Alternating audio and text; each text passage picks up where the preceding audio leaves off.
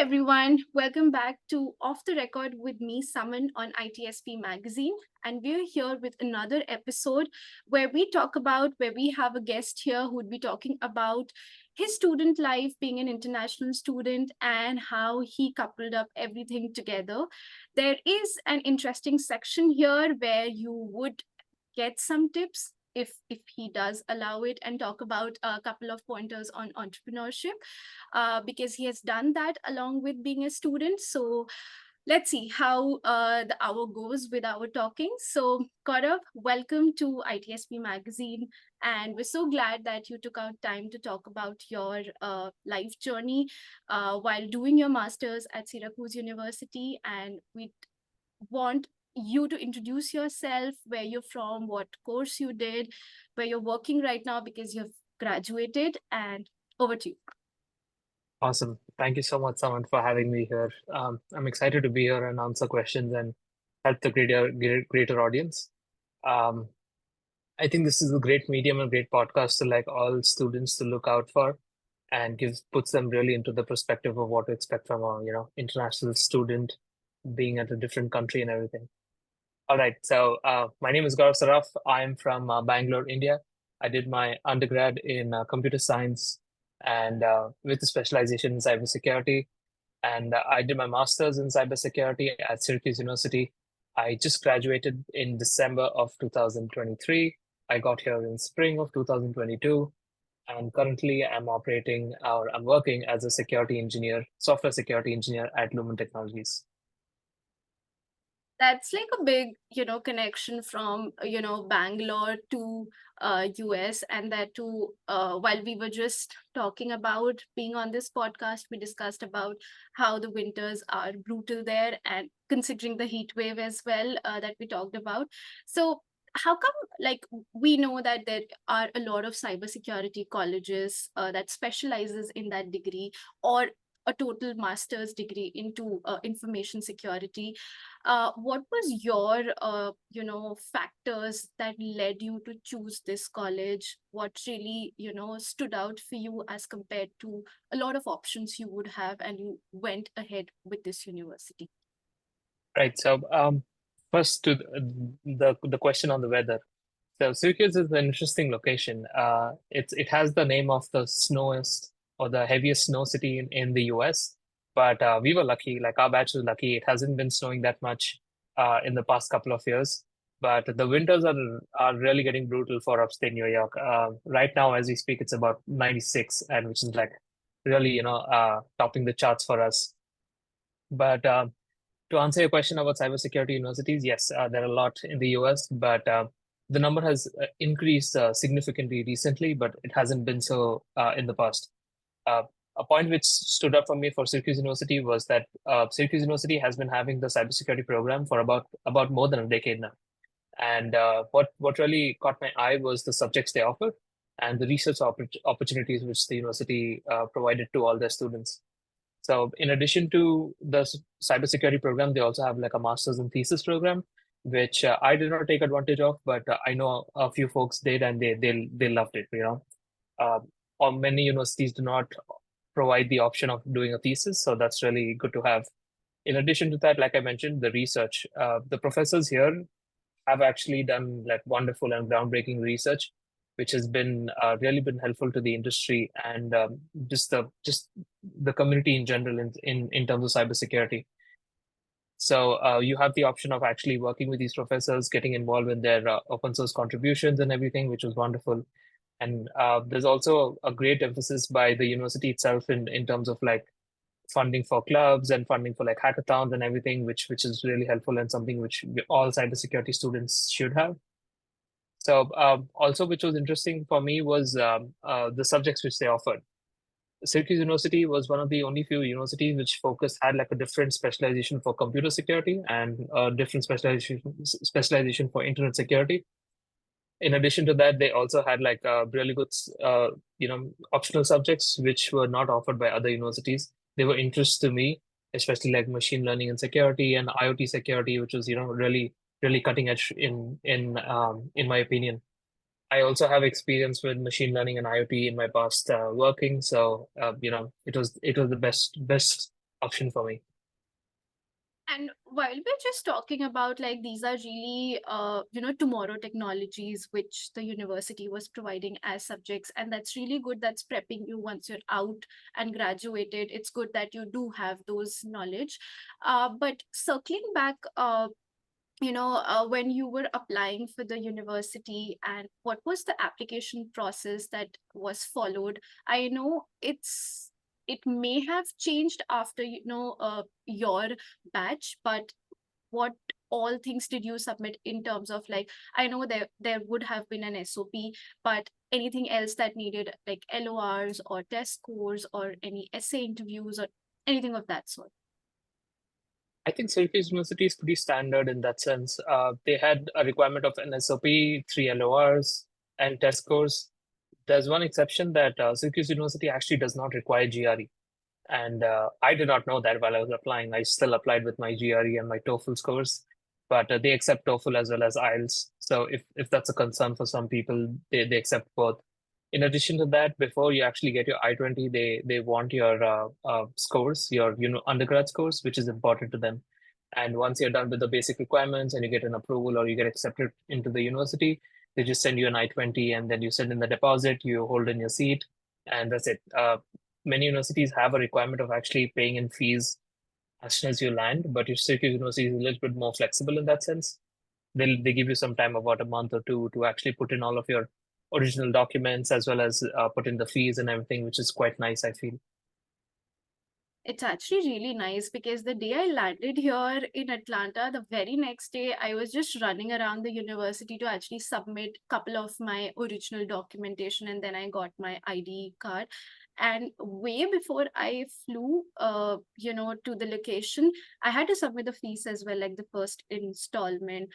Rather, the fact, like, if in the 10 days course I switch the I-20, I Hmm. moved to somewhere else, but still my fees is gone, it's done and dusted. So I anyways have to fly and join the same university. So that kind of flexibility is good, that as you mentioned, you do have time to submit your That's right. documentation, and that's good because it takes a while to actually settle up and you know whatnot that goes after that.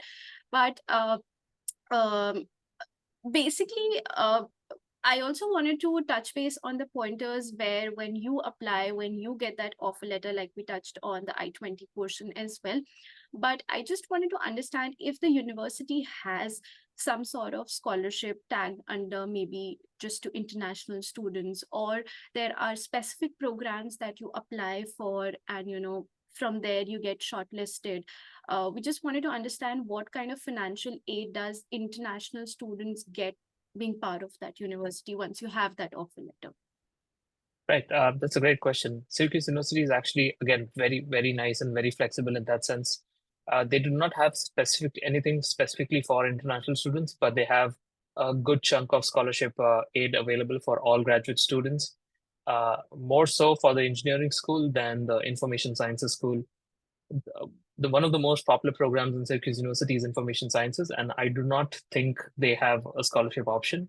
I may be wrong, but none of my friends did, so I'm assuming they do not have any scholarship options. But Syracuse, the engineering school definitely does, and I had a scholarship of 30% coming right after my acceptance. But I hear the scholarship plus aid goes up to quite a high number, even more than 30% for a few cases, and it's completely merit based. There's no first come first serve basis or anything like that. If you're qualified, you will get the scholarship, and not just that, but they also offer you RA and TA positions if you're qualified, even before you actually start your school. So adding all of that up, it adds up to quite a bit, and it really helps in managing your finances for your master's program. One important thing to note is Syracuse University is actually one of the expensive schools compared to other universities. So that's something which everyone needs to keep in mind before getting to the US. But on the other hand, Syracuse itself, the city itself, is not that expensive, so it balances out. But that's still something to keep in mind. I agree. And, there has to be a good balance between the tuition fees and the city that you live, because the extra charges also come out of your pockets as well. So I agree, 30% is like a big, big chunk that you could just get off that final amount. But I just wanted to ask, like, if if we consider just your case, that you were just out of bachelor's and then you came for masters, so uh, does it like really affect if you do have work ex or if you don't have work ex, like in your regards, like what do you think is the deciding factor that you could think of out of the percentage of scholarship given to different students? Like it may vary from 30 to lesser or more as well. That's a great question. Some of my friends actually did have work experience, and their scholarship was a little bit higher. So to add to your point, yes, that is true. The scholarship goes up a little bit, in my opinion, if you have work experience. But if you have like more research on your profile, or you have like something else, any extracurricular activities, something which really stands out to the application team, they will consider that, and they will give you the scholarship. I wouldn't call it completely dependent on the work experience, but having work experience really helps. It's basically like all round, they consider your academics and your extracurricular. So just correct me if I'm wrong, that when you apply for that application, obviously you pen down a lot of things in the SOP as well, and then you do have your LORs that really stand out and support your application. But do we have like certain sections where you people are actually penning down your research work or your work ex or anything of that sort, where which is also considered later in terms of merit based scholarships? You're right. There was a section to put in your work experience. There was a section to put in your research experience, and there's also a separate section for putting down your extracurricular activities, which is quite rare, I feel, in the master space. Of course, they give you the option of putting in your resume and everything, but having separate sections to look at, and separate sections they focus on, is really helpful and nice to have. So I took advantage of all three of those sections, and I presume they also have a specific page where you put in if you actually need aid or no. And I'm assuming as everyone should just say yes right out of the box. If you need it or no, you might as well just apply for it. And if you apply for it, you will be considered for the scholarship.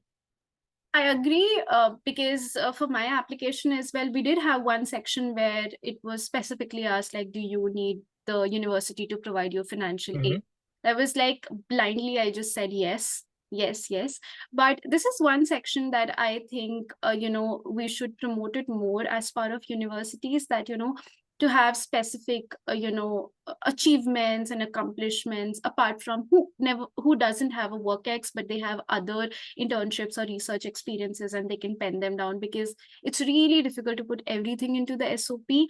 And at times LORs are also generally written for all of the students that we know as part of universities. It's just a generic LOR written for all of the students. It's just your name and the college just changes. So Yeah.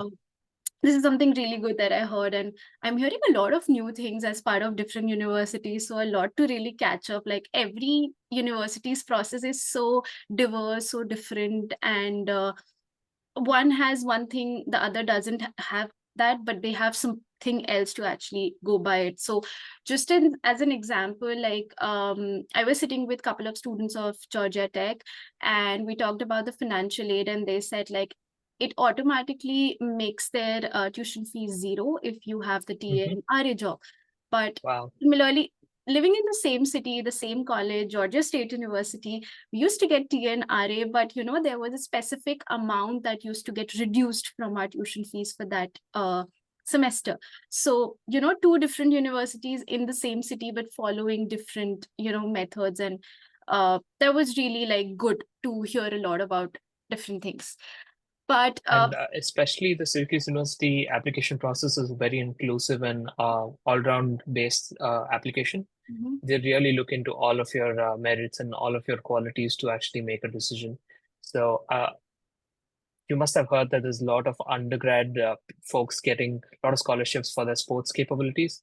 But Syracuse University is actually one of the universities which considers that even for graduate studies, and they give you a separate kind of scholarship for sports capabilities. So that's really unique for the university. To be That's honest, a great process. I've just heard like sports quota back in India in different universities. This is something that I've heard really less for graduate studies in university, or like next to impossible. I haven't heard about it. This is like the first time I'm hearing it, that we do have those sports scholarship as well granted. But that's great. Like it gives a platform for everyone, and that's how we have more of diverse students joining. Um, Absolutely. but circling back again to the same question of scholarships and everything. So, if, like, for example, you do get that scholarship alongside with your offer letter, right? That you get to know that, okay, this much is the reduction in your main tuition fees, and this is what That's is correct. awarded. Okay. So, if you get that scholarship, is it optional for you to get that TA and RA, or you can still apply for it and get some more reduction from TA and RA positions as well? So they do not have any restriction as such. If you have a scholarship, you can still apply for TNRA positions. So it's not a guarantee that every single student is going to get a TA or a RA position right with their application or acceptance letter. But they can definitely apply for it when they get to the university and they actually interact with the teachers and interact with the professors and see what they really need help with in terms of both grading or assistance with their teaching as well as assistance with their research and everything. But Syracuse University operates on a different structure where they do not reduce the fees, but they just give a flat out salary. But that might change in the near future with all the unionization happening on university. And I'm assuming that's a bigger trend all around the US. Unionization of these positions are really helping and adding benefits to our students. And I personally feel that's the reason why there's a difference between Georgia State and Georgia Tech as well. I think Georgia Tech has a union which pushes for all of these features and benefits. Yeah. Okay, we're not going deep into that side. I'll still support my university, but yeah, that's one fair Oh point. yes, absolutely. Go Orange. Yeah. Apart from that, and also, for example, you do have a cohort of, for example, 40, 50 students, or maybe lesser as part of the classroom strength. So everyone has a different, I'm assuming, different TA or RA job under different departments, under different professors.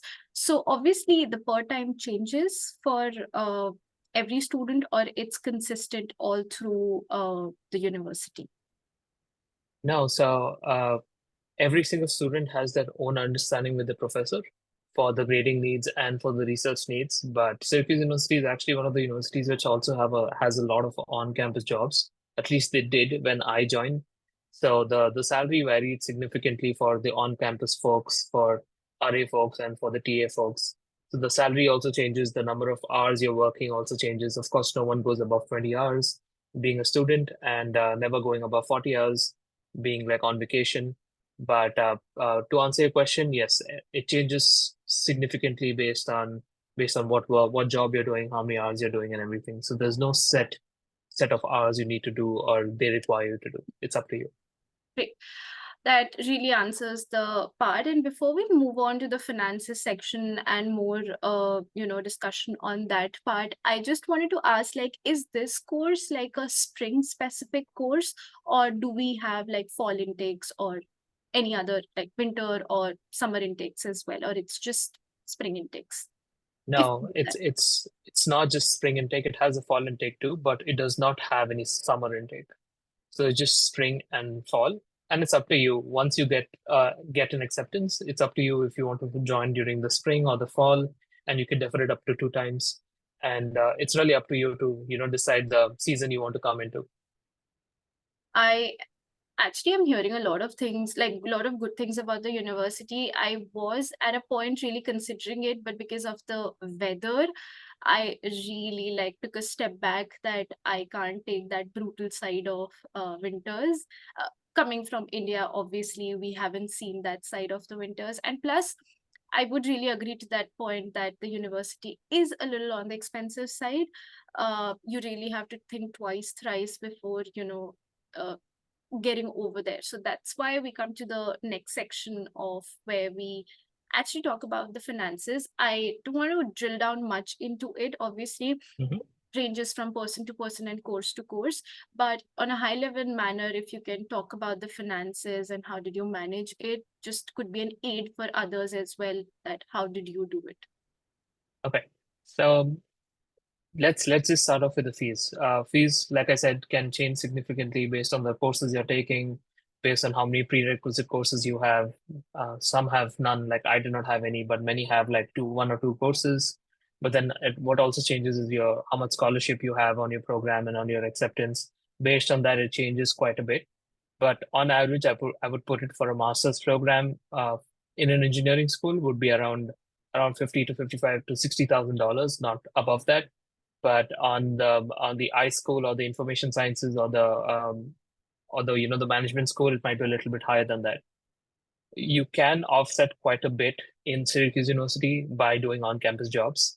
When we were during our batch and the batch after me, we had a lot of on-campus opportunities, working in food services, working as a SOC analyst, working as an IT specialist, working RATA and the security advisors, all of that quite adds up quite a bit. So Syracuse, since I like I already mentioned, since Syracuse University is like a college town and it's a small city, the expenses are relatively low.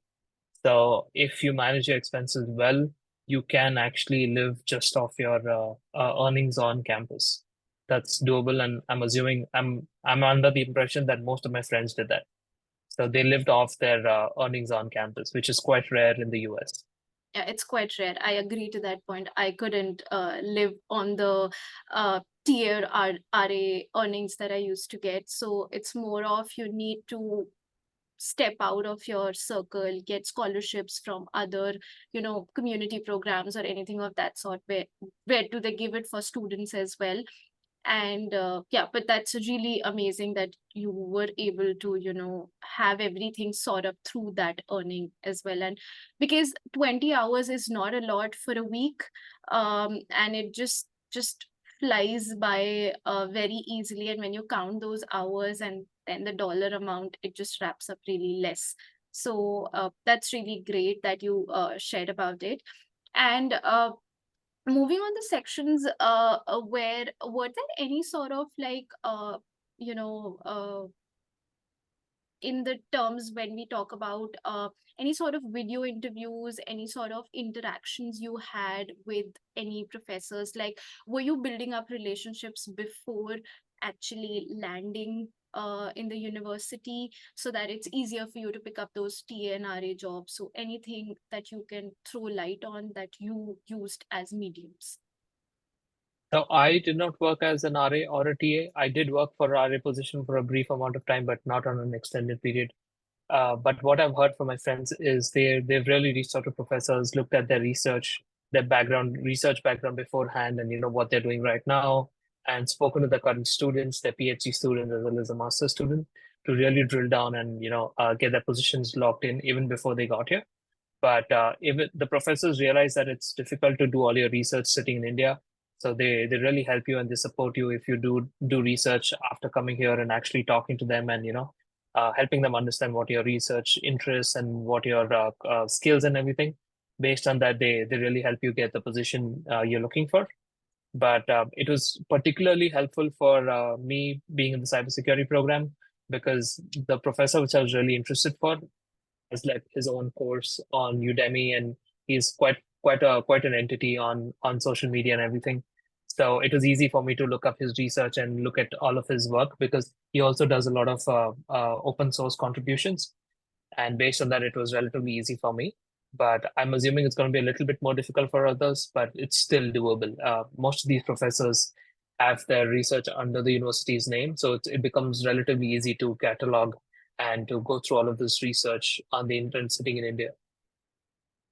That's amazing that they are reachable and you could actually talk to them about things, because uh like for my university, you used to get the TARA thing along with the scholarship and along with this offer letter. So you know that okay, you're assigned as a TA or you're assigned as an RA, and then once you land, then your resume gets like there's a matchmaking between your resume Hmm. and the professor who needs a TA or an RA, and that's how you people are coupled together for that particular semester. So, but that's amazing as well.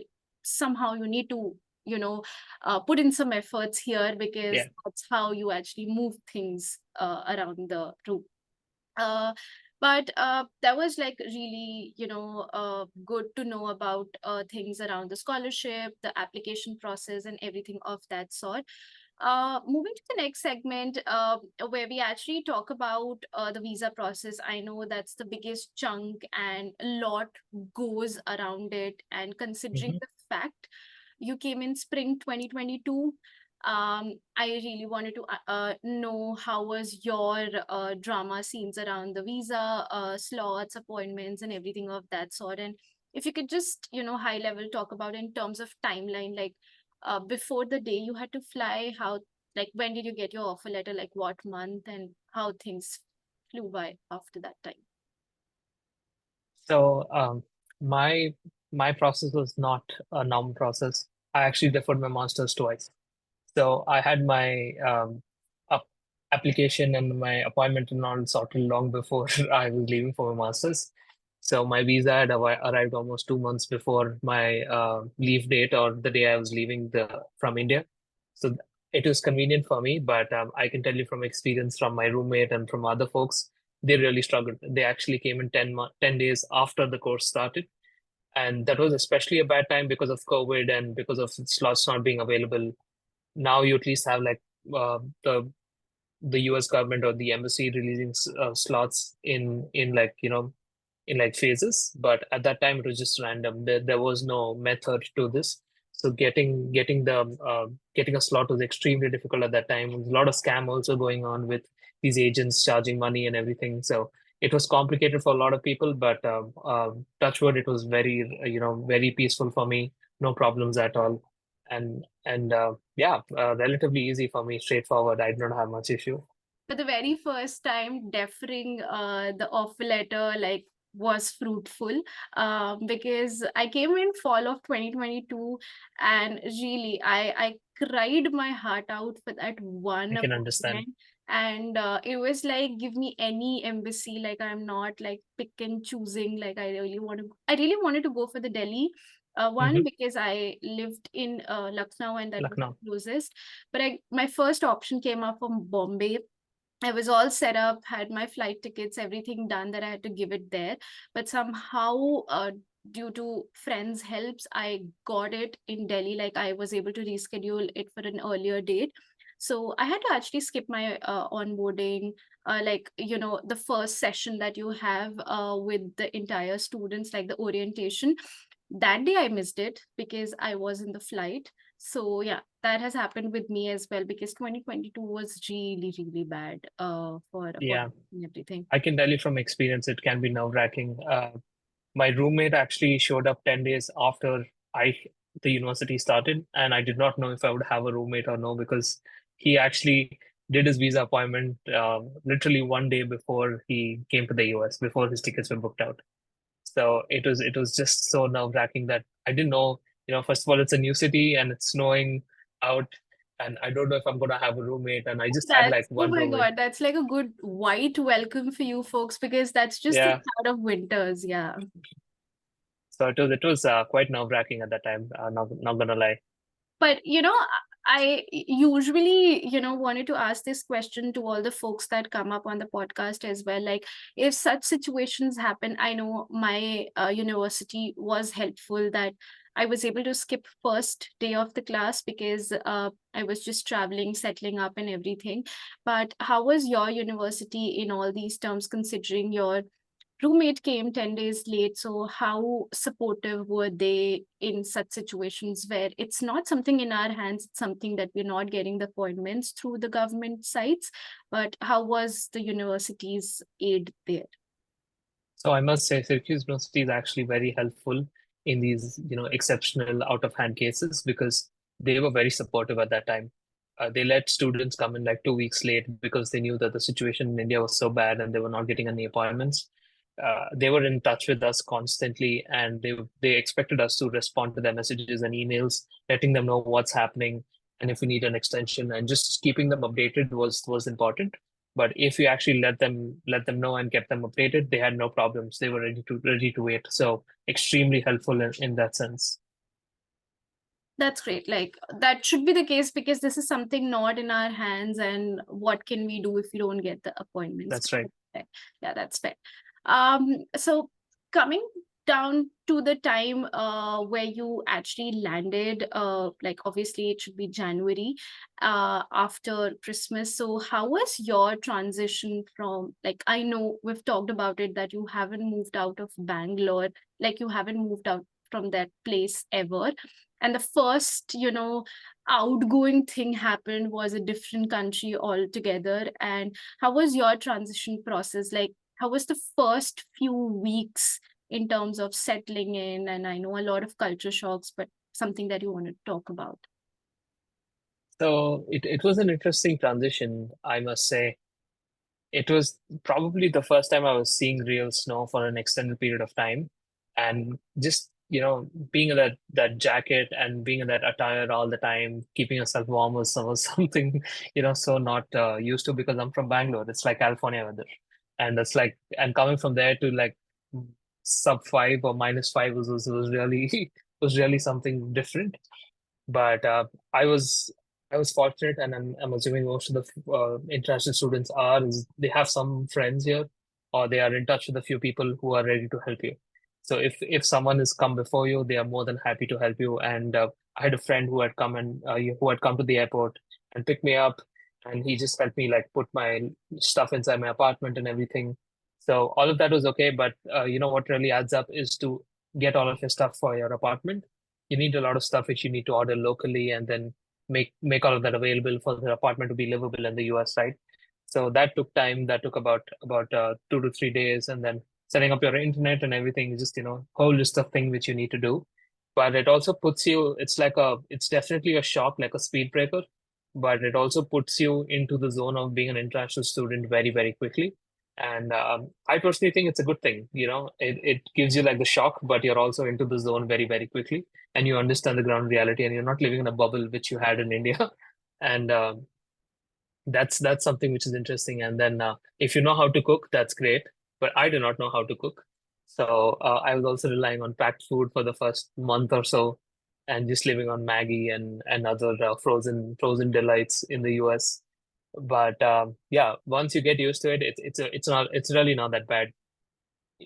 You think that you're not ready for this, but some way or the other, your parents and your family has prepared you for this all your life, so you get used to it. I agree to that point. Cooking was, uh, I don't know. I don't have any adjectives for it, but it was my worst nightmare.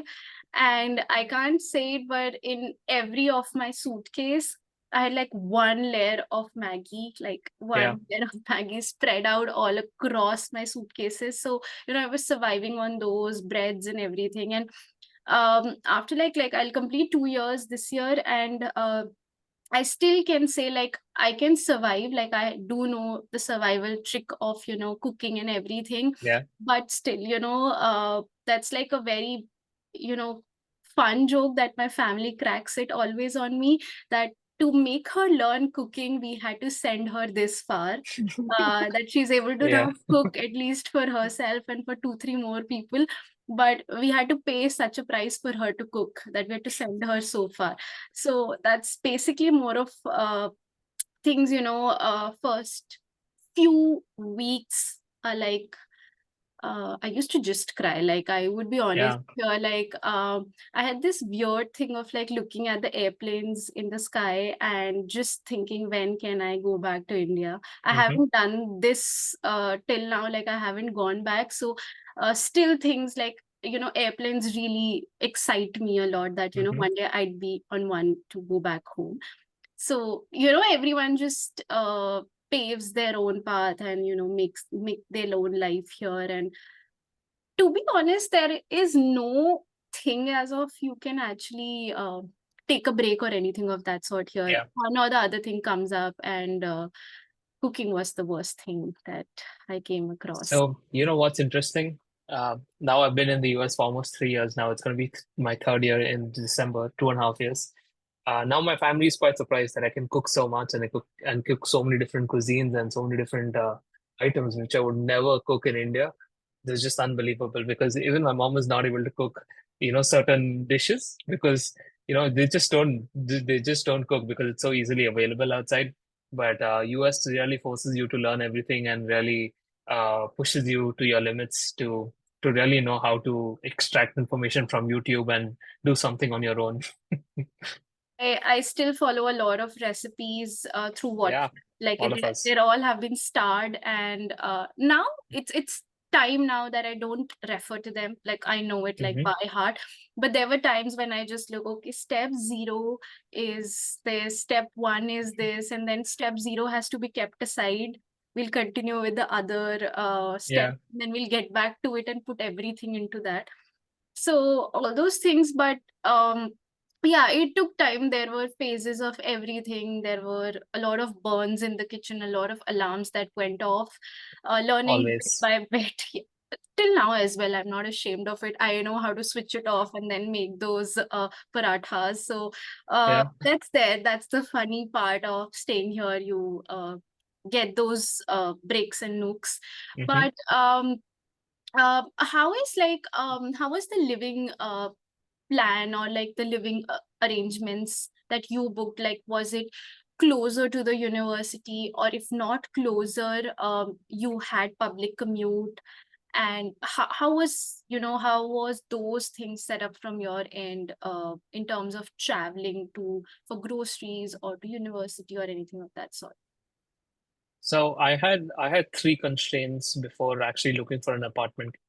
First is I just wanted a two-bedroom. I just wanted one more roommate. That's again rare.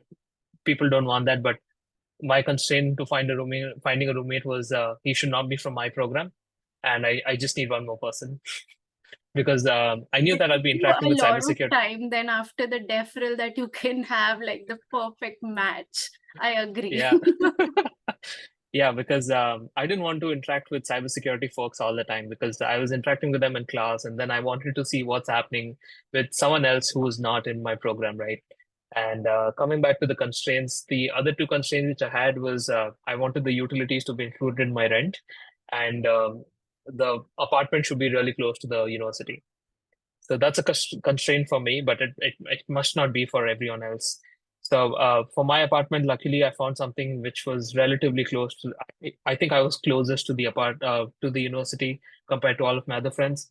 But all of my other friends, since this is a college town, all of my other friends do not live more than a mile away from the university. There is public transportation, and there's also transportation provided by the university. But we just walked, and we just have like those electric bikes and everything, so we just use them to like roam around and get around the campus and get to campus easily. But particularly for me, it was easy because I was the closest. So I could just walk to my university within like 10 minutes walk, which is not allowed in the US. Not a lot just in US, because my mom is yet shocked like I was not walking much back in India, because we have this thing like either we have two-wheeler or Yeah, four-wheeler. It's convenient for us to take those things, but here we happily walk, like okay, it's a mile, oh that's fine, we can walk up to it, like it's like yeah, 20 minutes, it's fine, walkable distance. But people do more as well. I've seen it back in my university as well, like depending on how much you can walk. But yeah, 15 minutes is like really, really doable. And good job to you that you could search everything under your yeah. rules and regulation and it worked out somehow.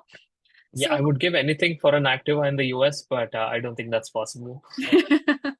but like there are like student like the majority of your classmates used to stay, like those are farther away and they're more on the sharing side, right? Correct. So even in my apartment unit, the apartment building, they were with three-bedroom and four-bedroom, but I was able to find something which two-bedroom. But it's really up to the person's needs and requirements, and based on how much like interaction do you need. Both my roommate and I were fine with having just both of us constantly looking at each other's faces and interacting with each other. And of course, we had our private rooms and everything, but some people are not. Some people need like four people around them or three people around them, which is completely fine. And uh, since everything is like a mile away and they have like student housing all around the campus, so it's relatively close. And I don't think anyone lives more than a mile or even a mile and a half away from campus here, at least in Syracuse University. Okay, that's more like a blessing to have like a private room. But two fun questions for you that I'll throw off guard. One is, did you had laundry unit inside your apartment? That's a good question. Again, no, we did not. It was a common laundry. We Okay. had to actually, not even our apartment, but we had to like go to the next building's basement to get the laundry done. Again, we were at ground level, so it was not that bad. But still, in winters, carrying a laundry bag out was not fun. Let's just say that. I loved it. I was living in sharing, but I just had to walk 2 steps across the hall and then dump all of my laundry, and it's all done. So that's the best part. So, so that was only 6 months though. Then later on, I moved to my new apartment that had like a laundry and everything. So right now, the accommodations we have right now, it's pretty sweet. I know. But yeah, considering the fact like everything around the university, like upstate and closer to like New York, I've heard like a lot of folks, couple of my friends in NYU, they also had to move down for the laundry, like few blocks away and get it done. Yes. So that was something a shocker for me when I came to Atlanta and I had it in my apartment. So I was like, okay, Atlanta is still much better on those Yeah. terms that it has it. But the second fun question is like considering your constraints and then the apartment and everything, did you had like a balcony as well that came up with the apartment, or it was just a 2 bed 2 bath? No, it is just a two-bedroom apartment. You will not find a lot of balcony in upstate because it snows so heavily, and the snow just accumulates in the balcony and gets really heavy and everything. So the, having a balcony is actually quite rare in upstate. But not that they don't have it, it's just that it's not that common. So I do not have any balcony. I agree, and that's fair as well. Rather, it's like an added job to actually clean that up as well. To That's best that you don't have it. Yeah. But those are a couple of questions that I usually put out somewhere in the middle just for a refresher. But coming back to we know we've discussed about the application, we've discussed about what were the factors that led you to choose this course, and then the visa process, more on the transition side. Cut to chase, I really wanted to ask about the job market, and I know you're working right now, and that's really great. But I really wanted to understand how was it for you to search for that job, and was there any sort of aid that was provided by the university, or it was just you who you like what you want to talk about those job scenarios? I know because these are really thin times where the market is not that good.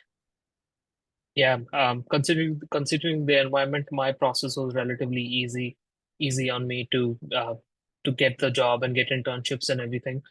But just to give you an idea about what is the support from the university did have career services and they did have like job fairs. Job fair was not particularly helpful for me, but the career services was always assisting us with building a resume, building a profile, and adding stuff and fixing all of that.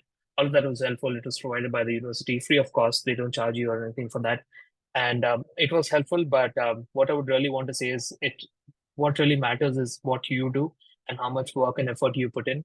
So it really comes down to the person itself, to how much networking you're doing and how much research you're doing on the companies, what's your profile, what's your background, projects, and everything. So my internship search was long but lengthy, but also apt for the time. So if you see the timing and the timeline for a spring student, by the time the job market opens, you're already in the US for like 7 to 8 months. That gives you a good amount of time to get used to the environment, see what's happening, fix your LinkedIn, fix your resume, put in all the details, have everything ready for the job market to open up in like September, October, and everything. So that's an advantage, I would say, also for spring students over the fall students. But of course, there are demerits for coming in spring, which we can get into later. Uh, I took advantage of that quite a bit, and I had certifications being in cybersecurity. I had certifications in India, and I got another two certifications when I got to the US during my first summer here. And by the time the job market opened, I was ready with my profile, with my LinkedIn, with my connections, with my resume and everything which goes around it, right? With my GitHub and everything. So I took advantage of that and I applied. I actually started applying at the in August. So I applied for the positions for next summer in August. So people are actually quite surprised when they hear about this, but this is, I think, common practice now. And because I started applying that quickly, I actually started locking in interview positions and interviews for these positions very, very quickly. I remember my first interview was in September, and I kept interviewing till like late, I think May, and internships start during June, right? And June of 2023. And I was even interviewing till like May 2023, even though my internship was locked down and I had finalized much earlier than that, but I still wanted to get my experience. And I actually even applied for full-time positions and to see if I could finish my master's in 1.5 years. But I did not do that. I focused on my internship and I got multiple offers going off from September itself. And what really helped me was just having everything ready at time and being able to apply that quickly was really helpful.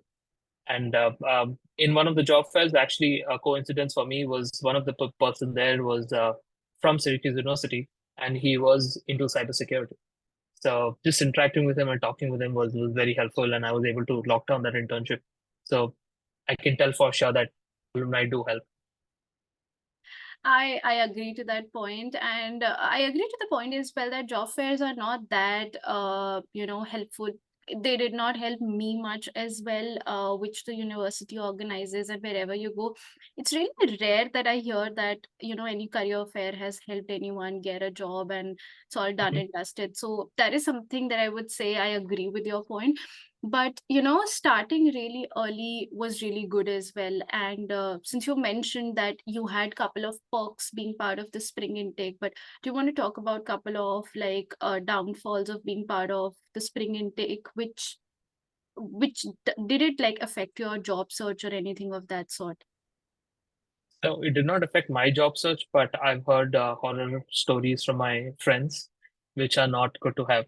So the demerit I would say for coming in spring is the fact that your class size is relatively smaller compared to the fall session. So if you just say take the example of Syracuse University, my spring session, my class was only 5 students. But on the other hand, yeah, quite surprising. I know. It was just 5 students, and but the fall batch which came later, like one semester after me, was about 30 students. So that really, puts you at a loss maybe at some for some people that you do not have enough people to go around and ask your doubts and clear your doubts and get clarifications because you're new to the environment. You have so many questions and everything. That's one. And another the last two are the more important ones, but the second one, which is important, is if you're coming in fall, you have an option of getting the 0th attempt for H1B, which is not an option for you for while coming in spring, because the as you must know that the H1B session is going from starts from March and ends within like 20 days. So it really boils down to you getting a job within a month and convincing them that they are good enough and being able to like file H1B within the whole like 2 month period, which is super difficult and super tight. But if you see for fall students, it becomes relatively easy because you're doing an internship. That internship is probably going to get converted as a job offer, and they have enough time to do all the paperwork and get all of you done. And just having that one single extra attempt in H1B really makes the difference for a lot of folks. And if you see the probability, do the math, and with every single attempt, your probability increases significantly of you getting picked, right? So losing that one chance is really a huge problem. And say, for example, worst case, you're stuck in the bad job market, you don't have a job, you completely miss the first chance, right? Which is the worst situation to be at. But on the other hand, for fall people, even if you do not have a job within like first 2 months of you being done with the university, you still have about 6 to 7 months to still find a job and convince them to give you an H1B and everything. So those are the three major demerits I would say for coming in spring. And yeah, They're all that's about it fair. for this. Yeah, they're all fair. They like do not affect you instantly, but in the long run, like for the H1B and the job market specifically, it really hampers your 1 year. And zeroth attempt is more of like an extra chance you get, like apart from the three trials. So that's one thing. And then I was really shocked to see like here the count number for the spring intake, it was just 5. It's like barely anyone in the class. You don't get that opportunity of at least, having that in-person discussion. And uh, a lot of other demerits are like sitting down working on something, you just have 4 other people to only talk to, and there's no one. So that's really less, I would say, in terms of spring batch. But do you want to talk about your current role with the current organizations, and how is your degree and the curriculum, everything aligns with that process, if you want to talk about it? Sure. I'll first talk about my how I got into this company and how I've been working with them, and then later I'll get into specifics of how my work related with my studies and everything. So I accepted with all the offers I had. I finally accepted Lumen Technologies for my internship during the summer of 2023. So I interned with them from June till the end of, I think, the mid of August. And from the mid of August, I got converted for a co-op opportunity, and I took the co-op opportunity with them as well. And that was because my project was all finalized and everything. I really liked the team and all the support Lumen was giving me. And right after the co-op, uh, I was actually getting converted to full time as well. So I've been with the company for about a year now, and I never stopped working since I started in June.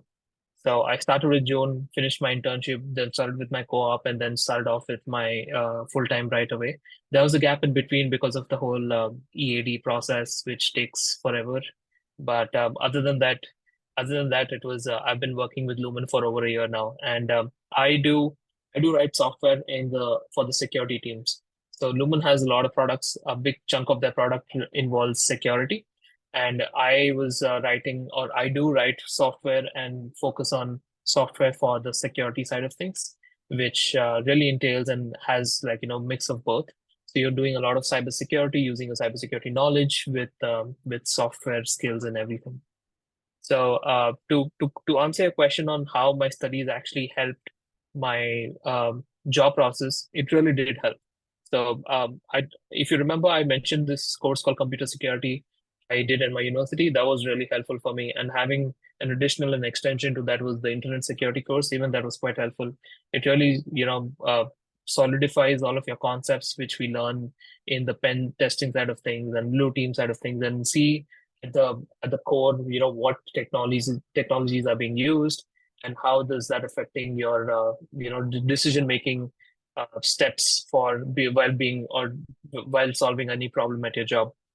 But another interesting point I would like to mention is every single student, or even me for that matter, are always focusing on the most cutting edge technology in while you're in university, right? Cutting edge research, cutting edge like tools and frameworks and everything. But that actually does not correlate well with job in the job market, because even though the companies are in between of, like, being cutting edge and being like not as outdated as your studies, but there's still quite a bit of gap between the tools they are using from the cutting edge. And that's something which is quite important to keep in mind before just jumping into the most cutting edge technologies, because you're most likely not going to be using that in your job. So having projects on something which is, maybe a season old, I don't know if that's a way to put it, but if you focus on something which is like foundational and core and has like basics, is really going to make the difference over doing the cutting edge and the most advanced stuff. So that's something which I kept in mind as well.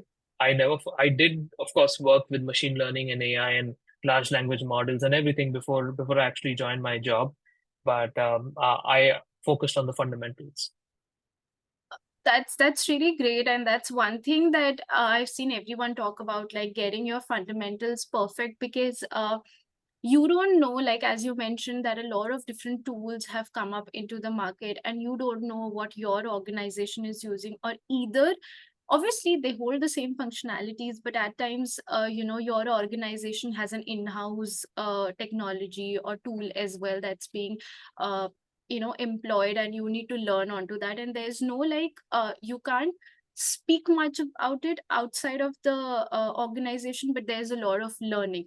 But it depends like how organizations have matured themselves in terms of technologies, and what is your contribution in that. And I understand that point, that the degree program really gives you the theoretical side of things, like to understand the fundamentals, and you are actually viewing it as if this has happened, hypothetically doing analysis, security postures and everything. But when you come down in the real world, it's absolutely like a beast, and it's really different. So I work at the audit assurance and controls, and I've had Interesting. like one subject that was related to more on the audit side, and our professor really uh, pushed us to give that CISA exam, and be an auditor and this and that and everything. And that time I never like dreamt of like I would be moving into this section. So things are really different. What you have learned theoretically, okay, we know there is PCI DSS, you have to be compliant. But when you come into the real world, and when you see non-compliance, when you see risk turning up, it's really different. And that theory really helps you to actually summarize things. And there was like a moment of like deja vu, when I used to just say, okay, I have heard like risk transfer, I've heard like risk acceptance, but we're doing it actually. And these are some real life examples where we're actually using those things. So the degree program really comes handy with all those subjects, the professors Absolutely. taught you and everything. And couple of notes I still refer to in my head. Okay, these are things which are like priceless, to actually have written all those things by really good professors when you were getting taught those things. So Right. And while being in the master's program, you do not see the gravity of things and decisions which you make.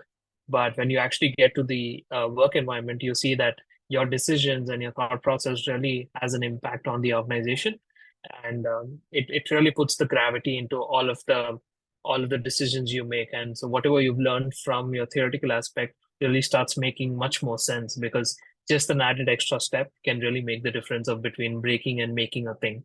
So eh, it really adds up. and to that point as well, that it, the meaning of it, an example of it, but now you have to apply it.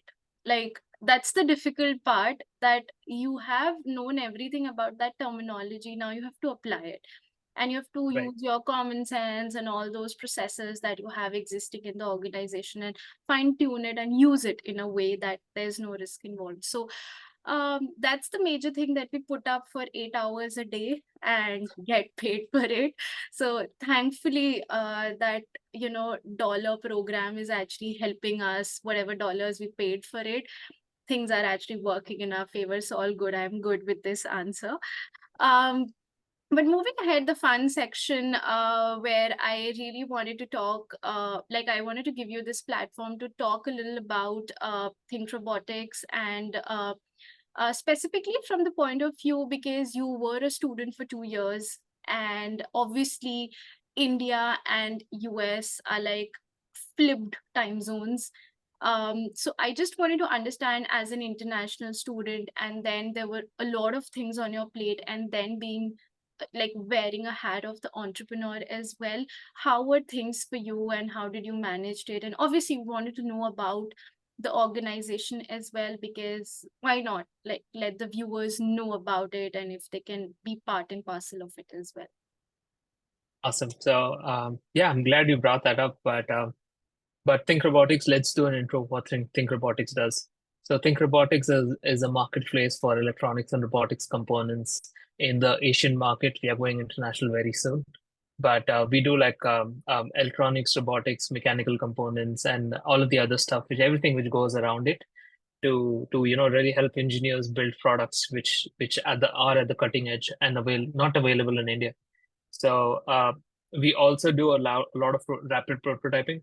So that includes like 3D printing and laser cutting and water jet cutting. And we plan to start PCB manufacturing soon if everything goes according to plan. But it has been an interesting journey. So this started off with with me not being able to find parts in India, and me having a friend in the US who could get those parts from the US to India, right? So and if you know that the customs is not the sweetest bunch of folks to get electronics to We'll India. not get into that side because I've lost a lot of products in custom, like while being here, ordering a lot of stuff from India, and then things really get outside the boxes. So that would be a very rageful discussion. So let's skip from that custom thing. Yeah.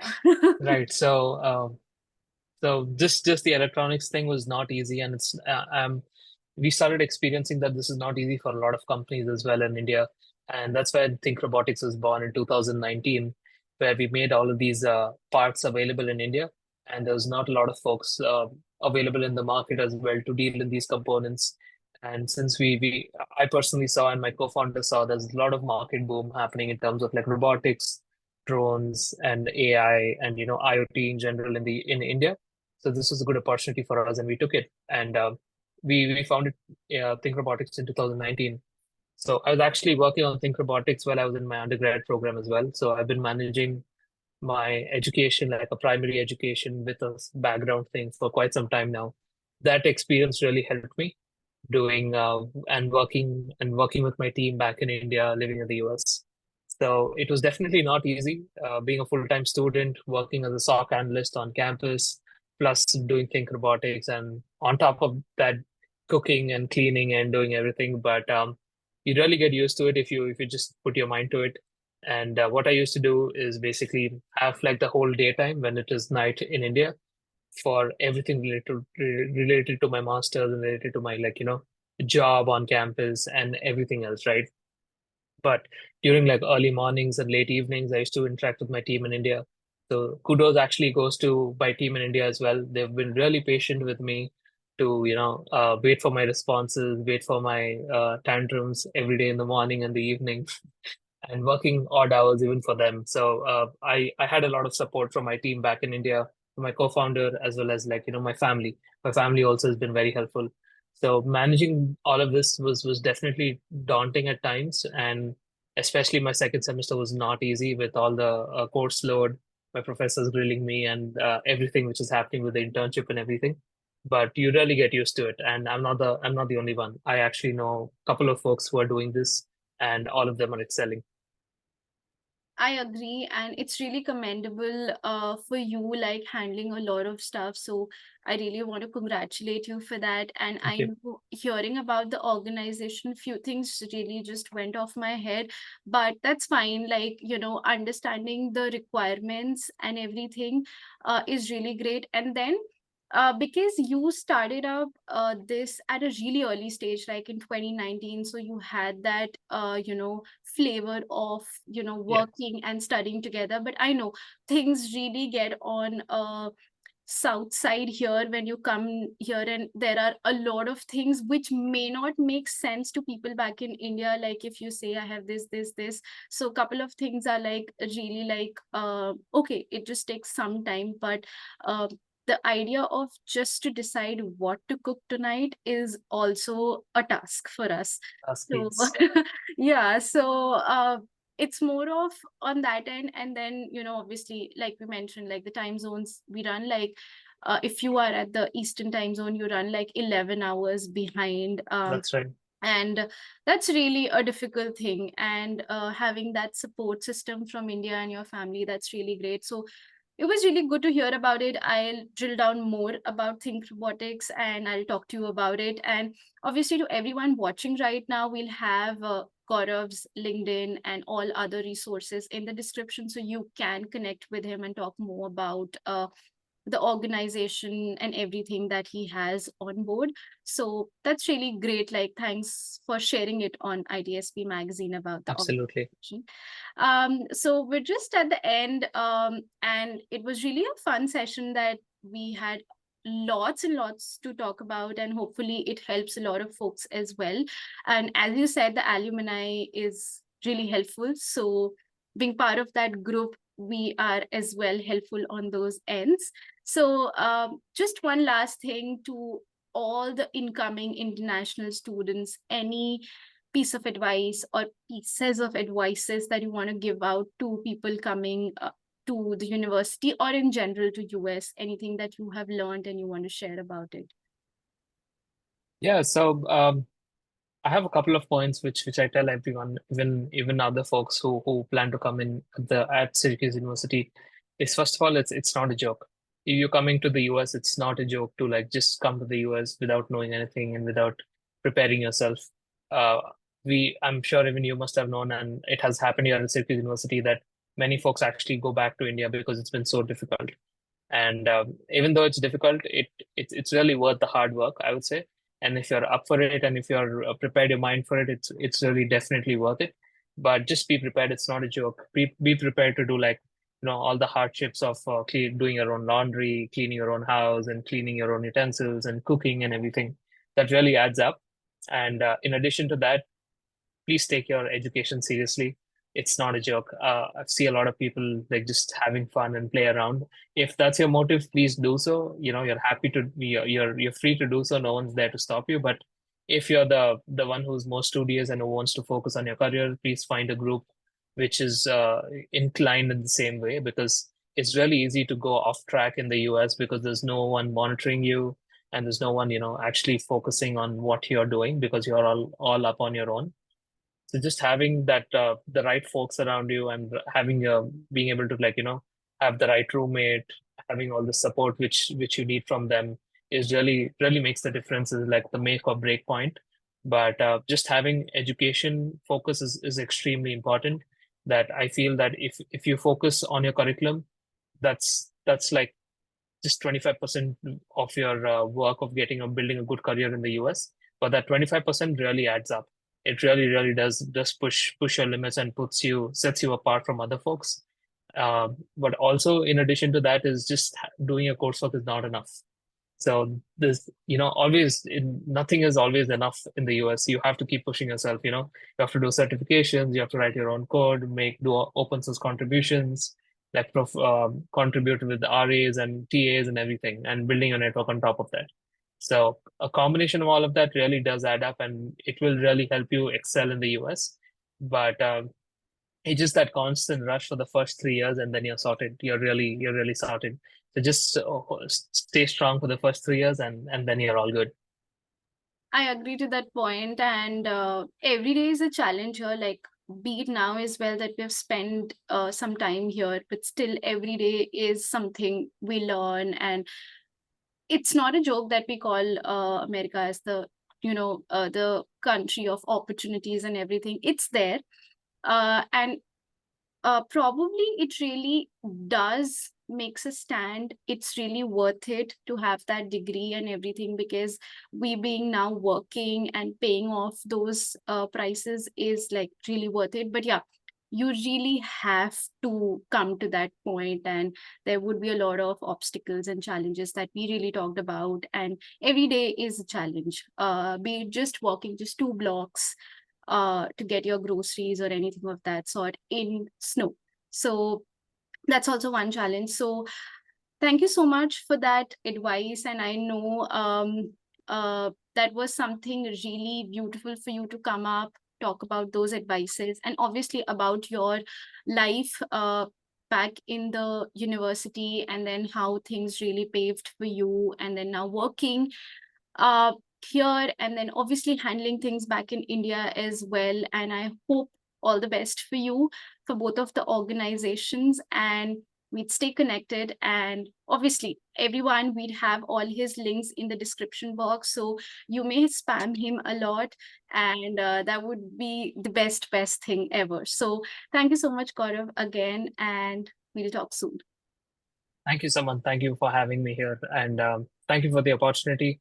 And I'm sure people will really go through all of your videos and take inspiration from that, and prepare themselves well. Thank you so much. Thank you. Bye.